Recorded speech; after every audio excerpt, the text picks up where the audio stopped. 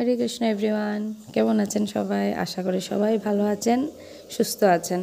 তো গোপাল আখড়াতে প্রোগ্রাম ছিল, তো সেই উপলক্ষে মন্দির থেকে আমার কাছে কিছু ফুল নিয়ে আসছিলেন বাবাজি, যে গোপালের জন্য কয়েকটা মালা তৈরি করে দেওয়ার জন্য। তো এর আগের দিন বাবাজি এসে বলছিলেন যে ফুলের মালা তৈরি করে দেব, কিন্তু আমার তো সময় হচ্ছিল না কেকের অর্ডার। তো আমি বলেছিলাম যে আমাকে বাজার থেকে কিনে দিয়ে যাবেন মালা, আর আমি বসে বসে তৈরি করব একটা ফ্রি টাইমে। তারপরে তো বানাতে শুরু করেছিলাম আমি।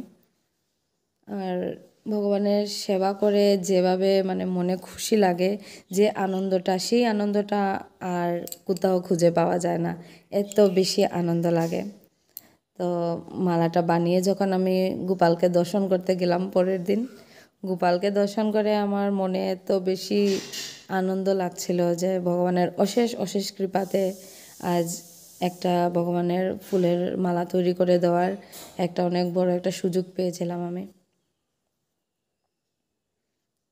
তো দেখুন, এখানে রোজের পাপড়ি দিয়ে আর গেন্দা ফুল দিয়ে আমি বানিয়েছিলাম।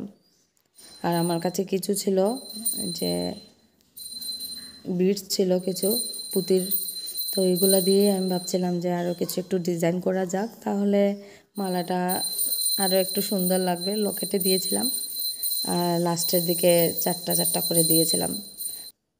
গোপালের জন্য মালা প্রায় আমার তৈরি হয়েই গেছে। তো আপনারা দেখে বলবেন কেমন হয়েছে মালা। আমার মনে অনেক খুশি লাগছে।